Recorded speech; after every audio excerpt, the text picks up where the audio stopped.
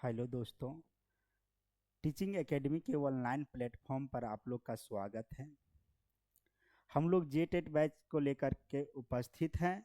आइए हम लोग सीरियल से विस्तार पूर्वक करें। हम लोग हड़प्पा सभ्यता के बारे में देख रहे थे।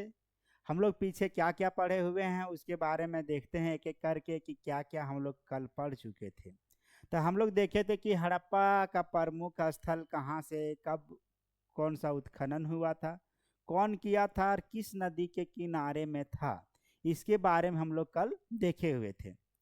तो हड़प्पा का उत्खनन कब किया गया? 1921 ईस्वी में, ये चीज देखे थे। मोहनजोदड़ो का कब किया गया था? 1922 ईस्वी में। चनहुदड़ो का कब किया गया था? 1953 से 1960 के ईस्वी के बीच में किया गया था। फिर आगे हम लोग देखे थे चनहुदड़ो के बाद लोथल। लोथल का कब किया गया था? तो 1953 से 1960, लेकिन चनहुदड़ो का 1931 में किया गया था। चनहुदड़ो 1931 और लोथल 1953 से 1960 ईस्वी में किया गया था। उसके बाद कालीबंगा का हम लोग देखे थे। कालीबंगा कब किया गया था? 1961 में। कालीबंगा का उत्खनन कब किया गया? 1961 में। उसके बाद हम लोग देखे थे कालीबंगा के बाद में बनवाली। बनवाली 1973-74 में किया गया था। फिर उसके बाद हम लोग देखे थे धोलावीरा 1990 से 91 ईस्वी में किया गया था। उसी प्रकार से आगे हम लोग देखते हैं कि हड़प्पा का बोलता है उत्खनन करता कौन था? तो दयाराम साहनी थे। उसके बाद मोहनजोदड़ो का कौन था? तो राखल दास बनर्जी। उसी तरह चनहुदड़ो का हम लोग देखे थे जीएन मजूमदार थे। फिर उसके आगे हम लोग क्या देखे थे? तो लोथल का रंगनाथ राव। लोथल का कौन था? रंगनाथ राव था।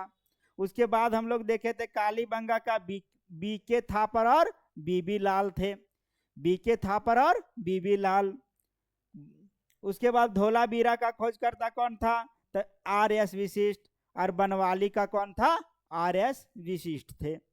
फिर हम लोग आगे देखे थे कि हड़प्पा जो है किस नदी के किनारे है? तो रावी नदी के किनारे। मोहनजोदड़ो किस नदी के किनारे है? तो ये सिंधु नदी के किनारे। फिर हम लोग देखे थे चनहुदड़ो किस नदी के किनारे है? सिंधु नदी के किनारे में। फिर लोथल हम लोग देखे थे कि कहाँ पर है? तो भोगवा नदी गुजरात में। फिर हम लोग देखे थे कालीबंगा घग्गर नदी के किनारे। फिर हम लोग आगे देखे थे धोलावीरा कहाँ है? तो मनहार नदी या मानसार नदी के किनारे में अवस्थित था। यहाँ तक हम लोग कल देख चुके थे। उसके बाद हम लोग देखे थे कि प्रमुख स्थलों में से हड़प्पा से क्या क्या पाया गया। तो हड़प्पा से हम लोग देखे थे कि 6 अन्नागार का 6 प्रमाण मिला हुआ था हड़प्पा से।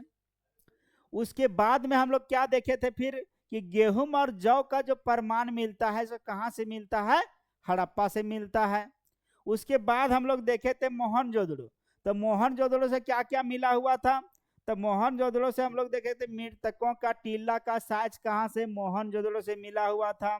बृहद स्नानागार, अन्नागार और पुरोहितों का बोलता है आवास, ये सब कहाँ से मिला हुआ था?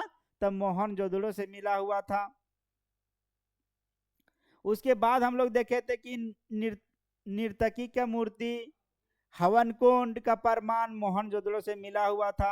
चनहुदड़ो हम लोग देखे थे। चनहुदड़ो कहाँ से? मोहनजोदड़ो और चनहुदड़ो की दूरी कितनी थी? तो मोहनजोदड़ो और चनहुदड़ो की जो दूरी थी सो कितना था? तो मोहन और जोदड़ो चनहुदड़ो की दूरी 134 किलोमीटर थी। कितनी दूरी थी? 134 किलोमीटर की दूरी थी दोनों के बीच। उसके बाद हम लोग देखे थे वहां से क्या क्या मिला। झुकर झाकर सांस्कृतिक कहाँ से मिला हुआ है? चनहुदड़ो से मिला हुआ था। फिर हम लोग आगे देखे थे उसका कि लिपस्टिक का प्रमाण चनहुदड़ो से मिला हुआ था। बिल्ली कुत्ता के द्वारा बिल्ली का पीछा करता हुआ प्रमाण कहाँ से? चनहुदड़ो से मिला हुआ था।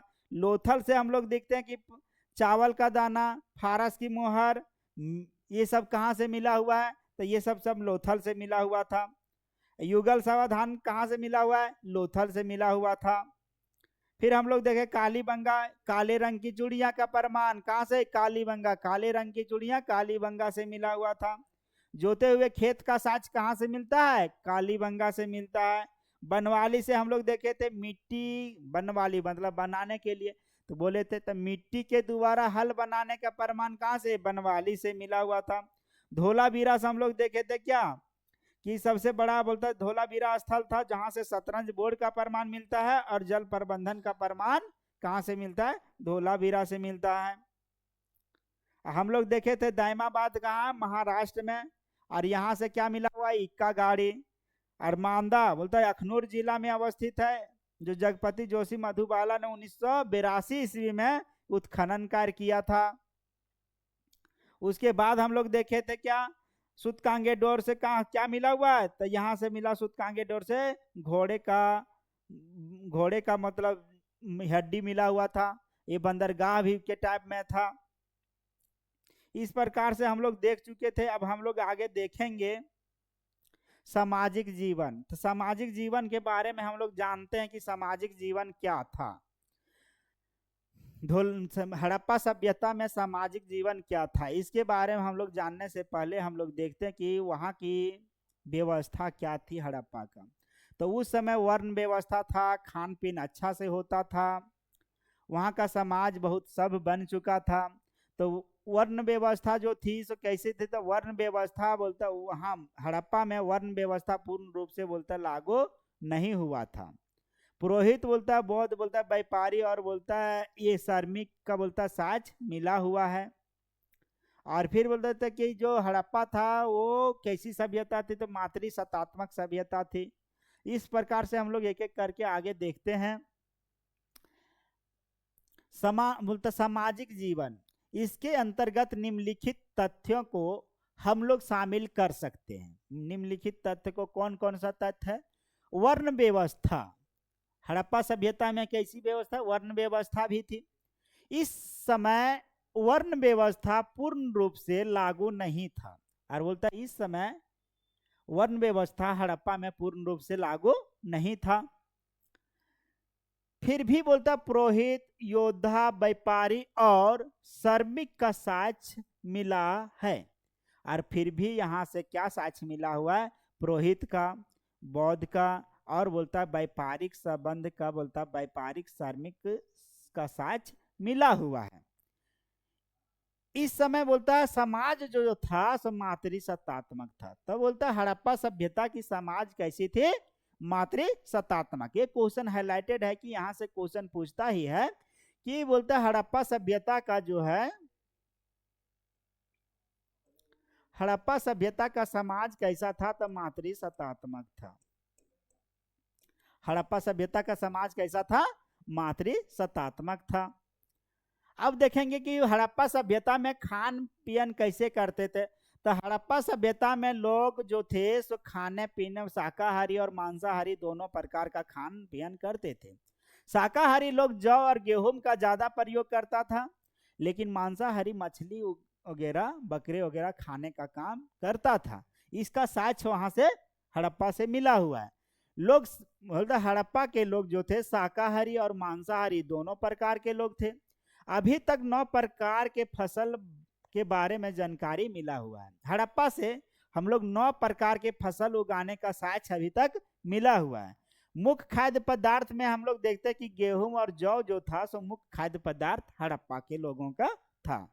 तो खान पीन में हम लोग देखे कि यहाँ पर बोलता शाकाहारी मांसाहारी दोनों प्रकार के लोग थे, और यहाँ 9 प्रकार के फसल उगाने का साक्ष्य मिला हुआ है, जिसमें से मुख्य खाद्य पदार्थ में से जो था सो गेहूं और जौ था।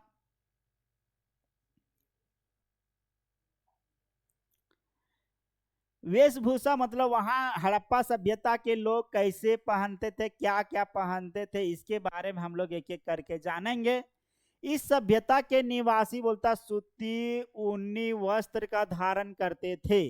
बोलता है वहां हड़प्पा सभ्यता के लोग जो थे सो सूती वस्त्र और ऊनी वस्त्र, मतलब सूती वस्त्र गर्मी के मौसम में सूती वस्त्र और ठंड के मौसम में ऊनी वस्त्र का प्रयोग करते थे हड़प्पा के लोग। तो उस समय सोचिए कि उस समय में भी मतलब ठंड और गर्मी का मौसम के अनुकूल कपड़ा पहना जाता था। तो उसी का कॉपी अभी भी किया जाता है कि ठंड के मौसम में उन्हीं का हम लोग कपड़ा पहन रहे हैं ना अभी। कपास का उत्पादन बोलता सर्वप्रथम हड़प्पा सभ्यता के लोगों ने किया। बोलता कपास का उत्पादन सर्वप्रथम कहाँ के लोगों ने किया, तो हड़प्पा सभ्यता के लोगों ने किया था। मोसोपोटामिया में बोलता है, मोसोपोटामिया में कपास सिंधु बोलता है यूनानी, क्या बोलता है मोसोपोटामिया में कपास सिंधु और यूनान में बोलता है सीडोन कहा गया है। बोलता है कपास में सिंधु और यूनान में बोलता है सिंडोन कहा गया है। भारत की बोलता है सबसे प्राचीन उद्योग सूती वस्त्र उद्योग था। सबसे प्राचीन उद्योग कौन है, सूती वस्त्र उद्योग है, जिसका जन्म हड़प्पा सभ्यता में हुआ था। तो सूती वस्त्र उद्योग का प्रारंभ कब से माना जाता है, तो बोलता है हड़प्पा सभ्यता के लोग भी सूती वस्त्र उद्योग लगाए हुए थे। इसका प्रमाण कहाँ से, हड़प्पा से मिलता है। तो हम लोग देखें कि वहाँ के हड़प्पा सभ्यता के लोग भी वस्त्र पहनते थे। गर्मी के मौसम में कौन सा वस्त्र, सूती वस्त्र, और ठंड के मौसम में ऊनी वस्त्र का प्रयोग करते थे। ये चीज़ों को देखें, हड़प्पा सभ्यता के लोग जो थे सो सबसे पहले सूती वस्त्र का उद्योग का प्रारंभ किए हुए हैं। इसका भी साक्ष्य हम लोग को हड़प्पा से मिलता है। अब देखेंगे कि मनोरंजन का साधन क्या था। अभी मनोरंजन का साधन क्या है, क्रिकेट खेलना, वॉलीबॉल खेलना, शतरंज खेलना, ये सब मनोरंजन का है। और लोग जाता है स्विमिंग पूल में नहाने के लिए, पार्क घूमने के लिए, ये मनोरंजन का टाइम है अभी का, वर्तमान समय में हम लोग देखते हैं। ठीक उसी प्रकार से हड़प्पा सभ्यता में मनोरंजन का साधन क्या था, हम लोग देखते हैं। मनोरंजन का सबसे प्रमुख साधन बोलता है पांसा खेलना था, मतलब पांसा खेलना था।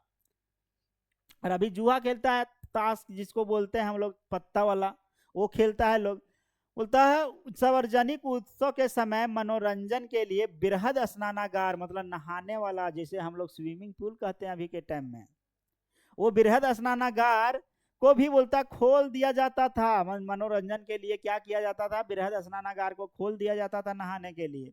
इसके साथ ही पशु पंछी की लड़ाई में भी बोलता मनोरंजन किया जाता था। बोलता उस समय क्या किया जाता था, पशु पंछी को आपस में लड़ाया जाता था और उसका मनोरंजन लेता था लोग। इसका भी साक्ष्य मिला हुआ है, कहाँ से, हड़प्पा से।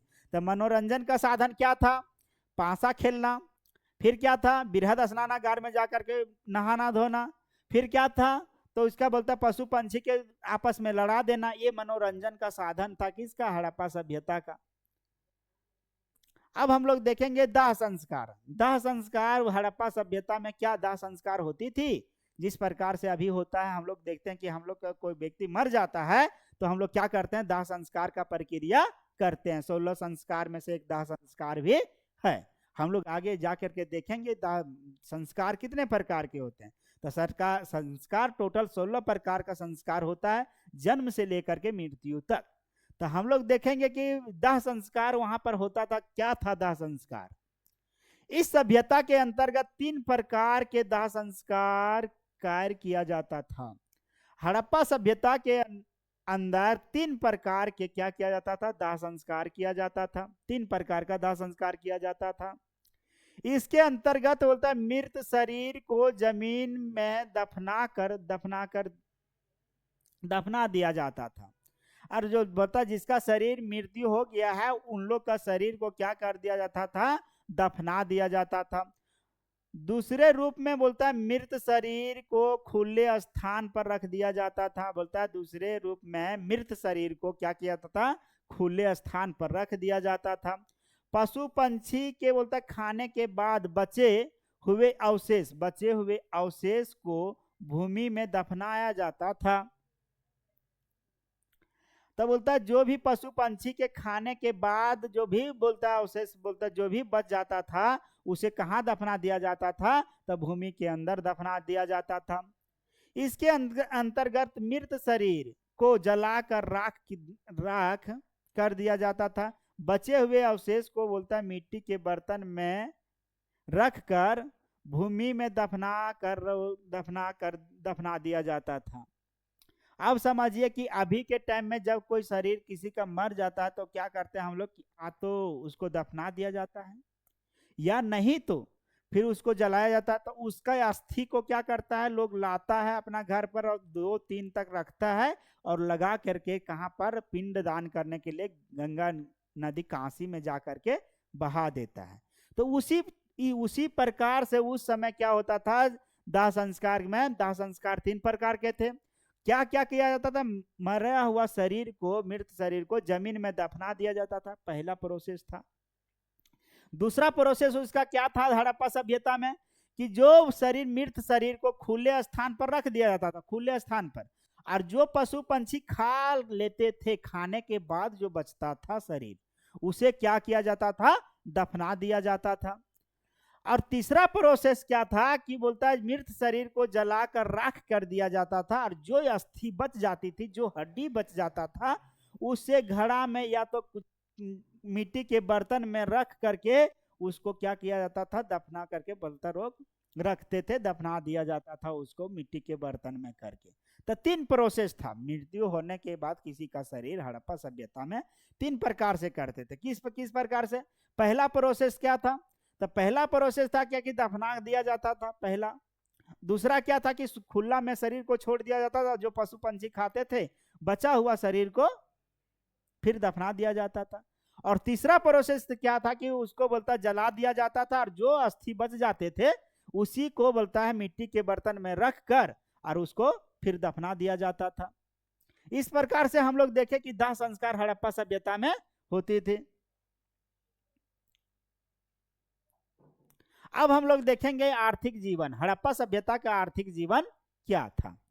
हड़प्पा सभ्यता का आर्थिक जीवन के बारे में एक एक करके हम लोग देखेंगे कि क्या क्या है। इस सभ्यता के अंतर्गत आर्थिक जीवन समृद्ध था। आर्थिक जीवन जो था सो क्या था, समृद्ध था। हड़प्पा सभ्यता का बोलता है जो आर्थिक जीवन था वो क्या था, समृद्ध था, मतलब लोग संपन्न थे, कमाते थे, धन आता था, लोगों का जीवन यापन होता था उस समय। इसके अंतर्गत हम लोग निम्नलिखित बातों को बोलता शामिल कर सकते हैं, और इस प्रकार से हम लोग देखेंगे कि हम लोग निम्नलिखित बातों को शामिल कर सकते हैं। कृषि, अब कौन कौन सा इसके अंतर्गत, आर्थिक जीवन के अंतर्गत, मतलब अर्थतंत्र कमाने का क्या क्या साधन था।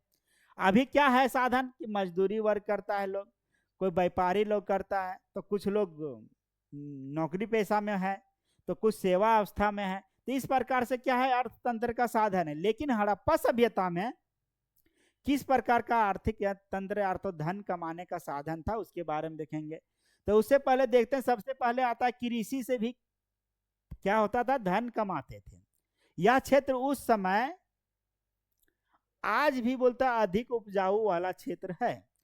बोलता है जो वहां पर जो सिंधु नदी, या तो सिंधु नदी और रावी नदी के किनारे अभी भी वो स्थान है जहां उपजाऊ भूमि अभी भी है। उस समय लोग वहां पर क्या करते थे, खेती करते थे और धन उपजाते थे। एक सिरिंगी बैल, बोलता है यहां से एक सिरिंगी बैल वृषभ का प्रमाण सबसे अधिक मिला हुआ है, और बोलता है कि हड़प्पा सभ्यता से एक सिरिंगी बैल वृषभ का प्रमाण सबसे अधिक मिला हुआ है। लेकिन कुब्बड़ वाला सांड, बोलता है कुब्बड़ वाला सांड जो है सबसे अधिक लोकप्रिय था, और कुब्बड़ वाला जो सांड है सो सबसे अधिक लोकप्रिय था, क्योंकि इसे धर्म का, बोलता है धर्म के साथ जोड़ा गया था। और इसे क्या किया गया था, कुब्बड़ वाला सांड को धर्म के साथ में जोड़ा गया था। गाय की, बोलता है मूर्ति का प्रमाण, गाय के मूर्ति का प्रमाण कहां से, हड़प्पा से मिलता है। जो मृण मूर्ति टेराकोटा नहीं मिला है, मृण मूर्ति टेराकोटा नहीं मिला हुआ है। वर्तमान समय में जो पशु पंछी दिखाई पड़ रहे हैं वह लगभग हड़प्पा सभ्यता में भी थे। अब कहने का मतलब ये है कि पशु पंछी के बारे में हड़प्पा सभ्यता में जानकारी मिलती है। जितना पशु पंछी अभी के समय में आपको दिखने मिल रहा है, उस समय में भी ये सारे पशु पंछी थे। जैसे कहने का मतलब कि बैल के बारे में चर्चा किया, वृषभ बैल के बारे में चर्चा किया गया, तो इस समय में भी बैल है, उस समय में भी बैल था। गाय का प्रमाण के बारे में बोल रहा है, तो उस समय भी था, इस समय में भी है। पशु पंछी के बारे में उस समय भी था और इस समय में भी है।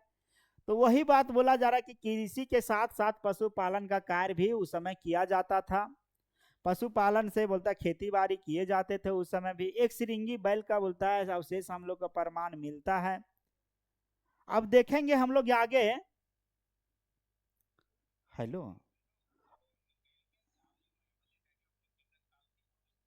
ठीक ठीक, हम क्लास लो फिर करो। ठीक, अब हम लोग आगे देखते हैं वाणिज्य। वाणिज्य के बारे में हम लोग देखेंगे, व्यापार, वाणिज्य व्यापार क्या था उसके बारे में हम लोग एक एक करके देखेंगे कि हड़प्पा सभ्यता में व्यापार भी किया जाता था। तो देखेंगे हम लोग कि व्यापार यह बोलता है आर्थिक जीवन का आधार था, क्योंकि हड़प्पा सभ्यता एक नगरीय सभ्यता थी। हम लोग पहले पढ़ चुके हैं कि हड़प्पा सभ्यता कैसी सभ्यता थी, एक नगरीय सभ्यता थी, और उस समय भी व्यापार किया जाता था। आर्थिक जीवन का आधार ही क्या था उस समय, व्यापार ही था। जैसे कृषि कार्य किया गया, और कृषि कार्य करने के बाद क्या होता था, जो भी वस्तुएं उपजाया जाता था, जो भी प्रोडक्ट उपजाए जाते थे उसे क्या किया जाता था, व्यापार किया जाता था, मतलब बेचा जाता था। उसका प्रमाण मिला हुआ है। उस समय भी नगरीय सभ्यता थी, मतलब वहां भी शहर बस चुके थे हड़प्पा सभ्यता में। इसके बारे में हम लोग जानकारी प्राप्त करते हैं। इस समय ईरान, मेसोपोटामिया, मिस्र, अफगानिस्तान और मध्य एशिया तथा सुमेर से व्यापारिक संबंध था।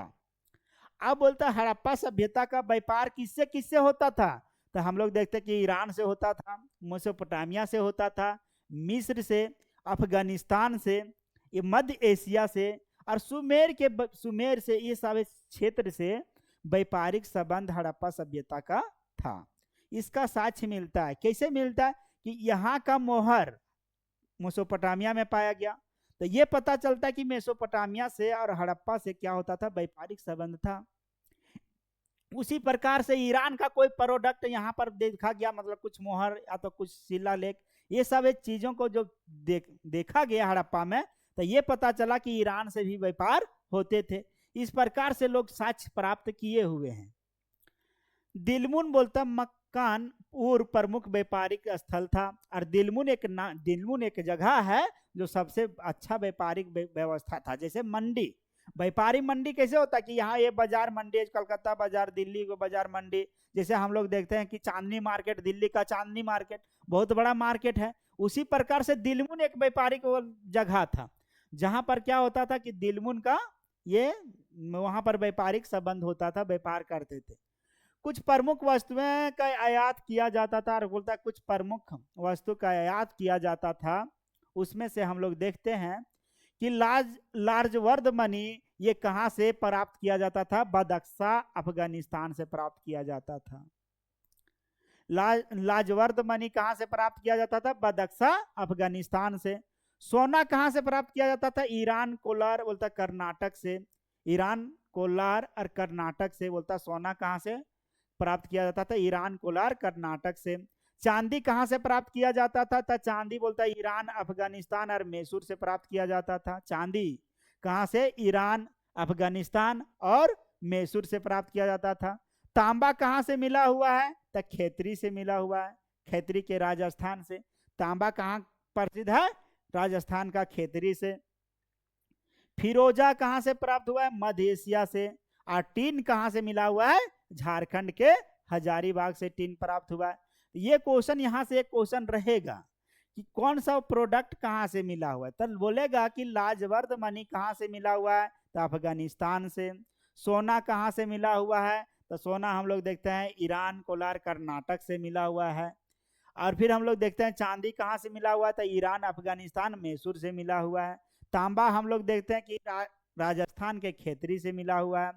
फिरोजा बोलता है कहां से मिला हुआ है, तो मध्य एशिया से।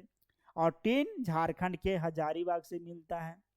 इस प्रकार से हम लोग देखें कि व्यापारिक संबंध हड़प्पा सभ्यता में कैसे कैसे था, और किस किस प्रोडक्ट का व्यापार किया जाता था। तो हम लोग देखें कि व्यापार, सबसे पहले कि व्यापार किसका किया जाता था, कृषि का। आर्थिक जीवन जीने के लिए लोग वहां पर एक व्यापारिक संबंध बनाए हुए थे। हड़प्पा सभ्यता में कैसी सभ्यता, एक नगरीय सभ्यता थी। जिस प्रकार से अभी नगर शहर का व्यवस्था है, उस प्रकार से उस समय भी था। नल की व्यवस्था उस समय भी थी।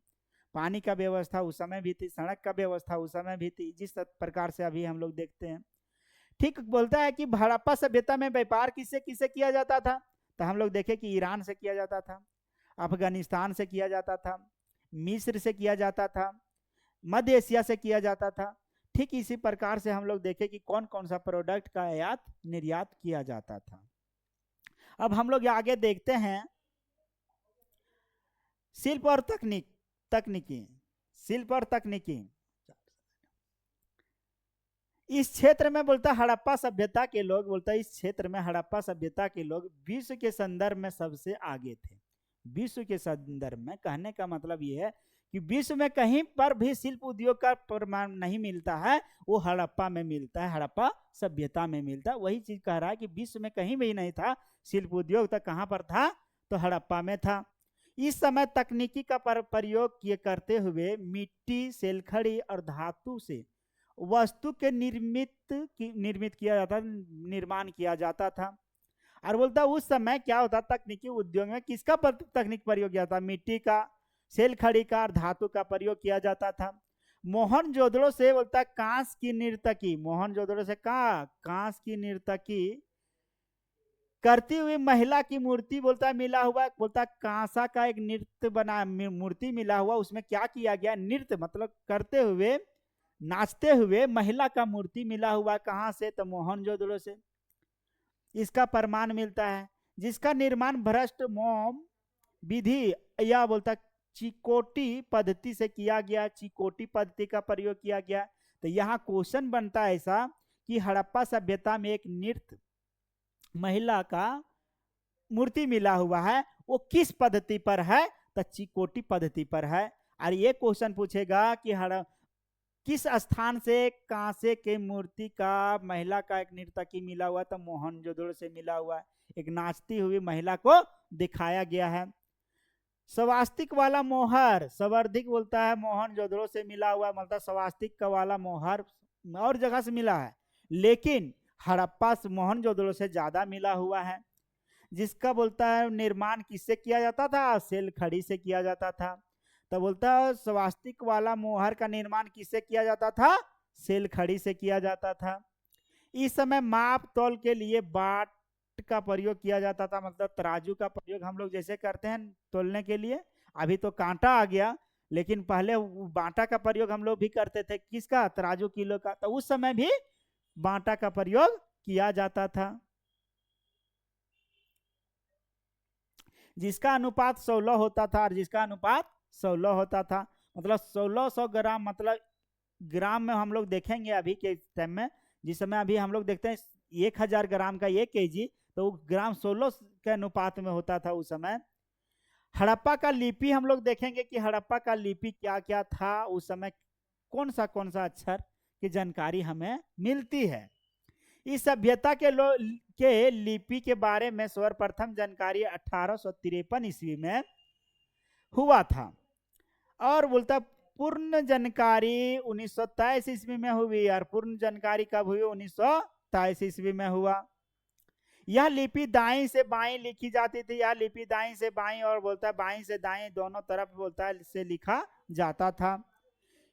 इसमें बोलता है कुल 400 अक्षर, बोलता है इसमें कुल 400 अक्षर हैं, लेकिन बोलता है मूल अक्षरों की संख्या 64 है, और मूल अक्षरों की संख्या कितनी है, 64 है। हड़प्पा के बोलता है लिपि को चित्रात्मक सांकेतिक या बुस्टोफेडन लिपि कहा गया है।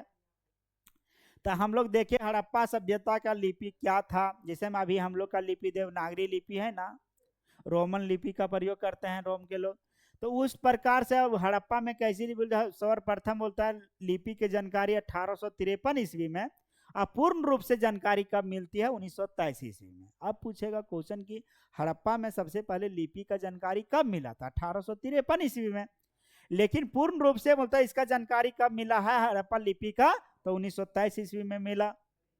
इस लिपि को बोलता है दाएं से बाएं भी लिखा जाता था और बाएं से दाएं भी लिखा जाता था, इसकी जानकारी मिलती है।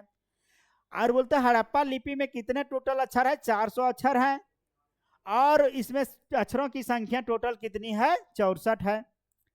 हड़प्पा के बोलता है लिपि को चित्रात्मक सांकेतिक लिपि के बारे में हम लोग देखें।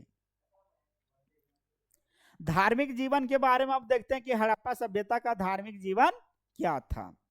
एक एक करके धार्मिक जीवन के बारे में हम लोग जानकारी प्राप्त करते हैं। आइए, इस काल में लोग प्राकृतिक और बोलता है प्राकृतिक एवं जीवंत रूप में देवी देवताओं की बोलता है पूजा करते थे। इस समय मोहनजोदड़ो से बोलता है इस समय मोहनजोदड़ो से एक मृण मूर्ति प्राप्त हुई है, जिससे चारों तरफ से एक बाघ, गेंडा, भैंसा, हाथी और पैरों के पास 2 हिरन घेरे हुए हैं। अब बताइए कि मोहनजोदड़ो से हम लोग का क्या मिला हुआ है? एक मूर्ति प्राप्त हुआ है। मोहनजोदड़ो से एक मूर्ति प्राप्त हुआ है, उसके चारों तरफ क्या मिला हुआ है?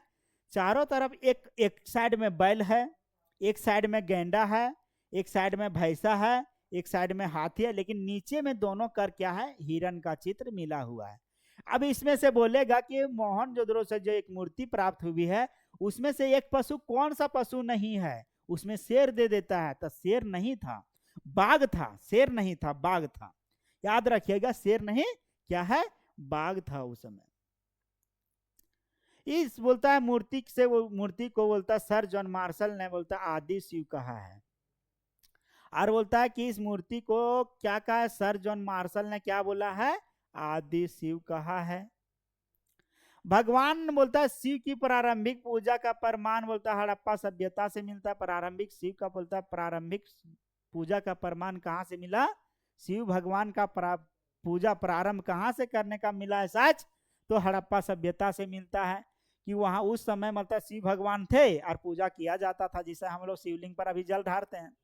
तो उस समय भी क्या होता था कि मतलब लोग शिव भगवान का पूजा करते थे, इसका प्रमाण मिला हुआ है।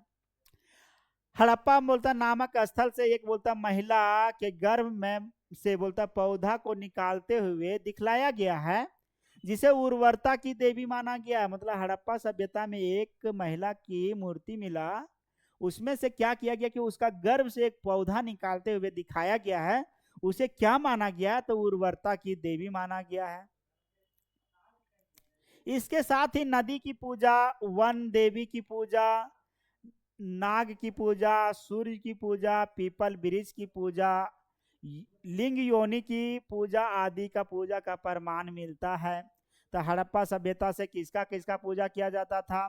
तो बोलता है नदी का पूजा, वन का पूजा किया जाता था, नाग की पूजा किया जाता था, सूर्य की पूजा किया, सूर्य भगवान का जैसे पूजा करते हैं हम लोग उस सूर्य का पूजा, पीपल वृक्ष का पूजा किया जाता था, तुलसी पेड़ का पूजा किया जाता था उस समय, लिंग योनि का पूजा किया जाता था उस समय। ये सारे साक्ष्य कहाँ से मिलते हैं? हड़प्पा से मिलते हैं। अधिकांश स्थल से बोलता ताबीज भी मिला हुआ है, और अधिकांश स्थल से क्या मिला हुआ है? ताबीज भी मिला हुआ है, जिससे पता चलता है कि लोग अंधविश्वासी भी थे और माता देवी माता का जादू टोना, जंतर मंतर, भूत प्रेत में विश्वास करते थे। तो हड़प्पा सभ्यता के लोग जो थे सो अधिकांश लोग क्या करते थे? ताबीज पहनने का प्रमाण वहां से मिला हुआ है। तो लोग क्या सोचे कि वहां पर जब ताबीज पहनते थे तो मतलब अंधविश्वास लोग ज्यादा थे, मतलब अंधविश्वास पर ज्यादा भरोसा करते थे। अंधविश्वास पर जब ज्यादा भरोसा करते थे तो वहां से हम लोग को देखा गया कि जादू टोना का प्रक्रिया ज्यादा किया गया है, जंतर मंतर भूत प्रेत पर विश्वास लोग ज्यादा करते थे उस समय हड़प्पा सभ्यता के लोग। अभी भी लोग करते हैं, कुछ लोग अंधविश्वासी अभी भी है। पुरोहित का प्रमाण बोलता पुरोहित का प्रमाण मिला हुआ है, लेकिन मंदिर का प्रमाण नहीं मिला हुआ है। हड़प्पा सभ्यता से हम लोग देखेंगे कि मंदिर का प्रमाण नहीं मिला हुआ है। अब देखेंगे हम लोग कि धार्मिक जीवन बोलता है, इस धार्मिक जीवन के बारे में हम लोग क्या क्या देखे। तो धार्मिक जीवन के बोलता है इस काल में लोग बोलता है प्राकृतिक और बोलता है जीवन के बारे में हम लोग देवी देवताओं की पूजा करने के लिए साक्ष्य मिलता है वहां से। मोहनजोदड़ो से हम लोग देखे कि एक बोलता है नर्तकी प्राप्त हुआ है, जिसके चारों तरफ क्या है? एक तरफ बाघ है, गेंडा है, भैंसा है, हाथी है, और पैर के नीचे 2 हिरन हैं। फिर हम लोग देखे कि बोलता है मेन मूर्ति जो बोलता है जॉन मार्शल ने बोलता है आदि शिव कहा है। जो एक मूर्ति मिला उसे बोलता है जॉन मार्शल ने क्या बोला? आदि शिव कहा है। और उसे शिव भगवान को बोलता है भगवान शिव की प्राथमिक पूजा करने का प्रमाण हड़प्पा सभ्यता से मिलता है। इसका साक्ष्य हम लोग को उपलब्ध है। उसके बाद हम लोग देखे कि हड़प्पा नगर एक बोलता स्थल है जहां से एक महिला की मूर्ति मिली, उसका गर्भ से एक पौधा निकालते हुए दर्शाया गया है और वो बताया गया कि ये क्या था, तो उर्वरता की देवी थी, उर्वरता की देवी थी। इसके बोलता है साथ ही बोलता है नदी की पूजा किया जाता था, वृक्ष का पूजा किया जाता था, वन की पूजा किया जाता था, सूर्य की पूजा किया जाता था। इस प्रकार से हम लोग पूजा करने का प्रमाण यहाँ से मिलता है। अब फिर हम लोग अधिकतर देखे कि वहां के लोग, हड़प्पा सभ्यता के लोग जो थे सो अंधविश्वासी लोग थे। क्योंकि अंधविश्वासी लोग इसलिए मानते थे क्योंकि वहां के लोग जो थे जंतर मंतर पर, भूत प्रेत पर ज्यादा विश्वास करते थे। पुरोहित का प्रमाण मिलता है लेकिन मंदिर का प्रमाण नहीं मिलता है। यही सब हम लोग धार्मिक जीवन में इसका देखे हड़प्पा सभ्यता में। उसके बाद हम लोग देखते हैं राजनीतिक जीवन। बोलता है इस सभ्यता के अंतर्गत राजनीतिक जीवन का साइज नहीं मिलता है। राजनीतिक जीवन वहां पर राजनीतिक नहीं होता था। विद्वानों का मानना है कि नगर निगम, नगर पालिका जैसी प्रशासनिक इकाइयों के माध्यम से व्यापारिक वर्ग के द्वारा शासन व्यवस्था को संचालित किया जाता था। तो कुछ विद्वानों के अनुसार से यहाँ पता लगाया गया कि नगर निगम था, नगर परिषद भी था, प्रशासनिक व्यवस्था भी किया जाता था, लेकिन किसके द्वारा उसको संचालित किया जाता था? व्यापार के लोगों के द्वारा, व्यापारी लोग के द्वारा किया जाता था। पिग्गट महोदय के अनुसार मोहनजोदड़ो और हड़प्पा इस सभ्यता की बोलता जुड़वा राजधानी थी। तब बोलता है मोहनजोदड़ो हड़प्पा जो है सो इस सभ्यता की जुड़वा राजधानी किसके अनुसार? तब पिग्गट महोदय के अनुसार। कुछ विद्वानों के अनुसार इस सभ्यता की बोलता है तीसरी राजधानी कालीबंगा थी। और कुछ विद्वान ये भी बोलते हैं कि जो हड़प्पा सभ्यता की जो राजधानी थी वो कहाँ थी? कालीबंगा में थी। पतन का कारण बोलता है हड़प्पा सभ्यता का पतन कैसे हुआ, इसका कारण को हम लोग जानेंगे एक एक करके धीरे धीरे। जिस प्रकार हड़प्पा सभ्यता का बोलता उद्भव अचानक नहीं हुआ, उसी प्रकार बोलता है इसका पतन भी बोलता अचानक नहीं हुआ, बल्कि बोलता कर्मिक रूप में बोलता धीरे धीरे हुआ। कर्मिक रूप से बोलता धीरे धीरे हुआ। इसके पतन के बारे में विद्वानों में मतभेद है, जिसको बोलता हम लोग निम्नलिखित रूपों में देख सकते हैं। अब देखेंगे कि कौन सा विद्वान पतन का कारण क्या बताए हुए हैं, इसके बारे में हम लोग देखेंगे। अब अंतिम है हड़प्पा सभ्यता के बारे में। हम लोग बहुत डिटेल पूर्वक हड़प्पा सभ्यता को पढ़ रहे हैं। बोलता है सर जॉन मार्शल ने बोलता है क्या बोला है कि कैसे पतन का कारण क्या था? तो ये बोले प्रशासनिक शिथिलता। हड़प्पा सभ्यता में क्या था कि प्रशासनिक शिथिलता हो गया, इसके कारण से क्या हो गया? हड़प्पा सभ्यता का पतन हो गया। फिर बोलता है अर्नेस्ट मैके ने क्या बोला है? अर्नेस्ट मैके बोलते हैं कि अर्नेस्ट मैके ने बोला है कि हड़प्पा सभ्यता का पतन बाढ़ के कारण से हुआ था। अर्नेस्ट मैके क्या बोले कि हड़प्पा सभ्यता का जो पतन हुआ सो किसके कारण हुआ? तो ये बाढ़ के कारण से हुआ। फिर देखे अरे बोलता ऑरेल स्टाइल का बोलता, ऑरेल स्टाइल का बोलता विद्वान कहते क्या है कि हड़प्पा सभ्यता का जो पतन हुआ वो जलवायु परिवर्तन के कारण हुआ। किसके कारण? जलवायु परिवर्तन के कारण से हुआ है। मार्टिमर व्हीलर के अनुसार से हम लोग का क्या कहते हैं? विदेशी आक्रमण या बोलता आर्यों का आक्रमण। बोलता मार्टिमर बोलता व्हीलर के अनुसार से क्या कहता है कि यहाँ जब हड़प्पा सभ्यता का जो पतन हुआ सो किसके कारण से हुआ? तो विदेशी आक्रमण होने के कारण या तो आर्यों का आक्रमण हो गया, जिसके कारण हड़प्पा सभ्यता का पतन हो गया। जॉन कैनेडी के अनुसार से क्या कहता है कि अग्निकांड और मलेरिया के कारण बोलता है यहाँ पर क्या हुआ? हड़प्पा सभ्यता में पूरा जंगल जल गया और जलने के कारण क्या हुआ कि वहां पर लोगों के मलेरिया भी फैल गया था। इसी के कारण हड़प्पा सभ्यता का पतन हो गया। डेल्स महोदय ने क्या कहते हैं कि जल धारा परिवर्तन के कारण, मतलब ये नदी है, ये सिंधु नदी और रावी नदी, इन रावी नदी का इलाका इधर गांव तरफ मतलब जहां बसा हुआ था जनसंख्या, उधर धारा चेंज हो गया, जिसके कारण से क्या हुआ कि ये पतन हो गया हड़प्पा सभ्यता का। ये भी मानते हैं। तो इसके बारे में हम लोग देखें कि मतलब डेल्स महोदय ने क्या बोले कि नदी का प्रवाह जो था, रावी नदी मान के चलिए रावी नदी है,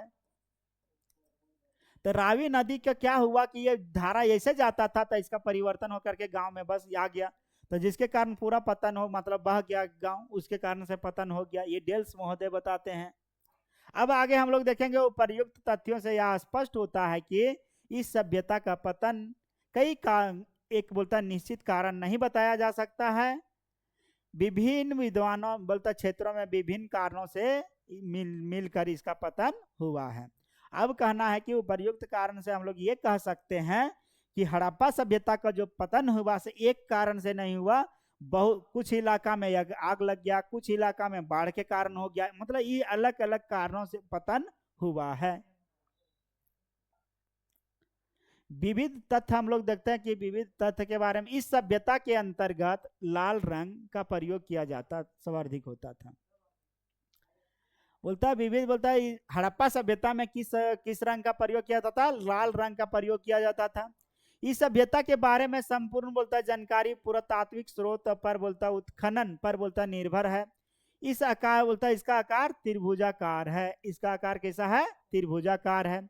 इस सभ्यता के अंतर्गत बोलता लकड़ी के बोलता पाइप का प्रयोग किया जाता था। और बोलता है हड़प्पा सभ्यता के अंतर्गत बोलता किसका प्रयोग किया जाता था?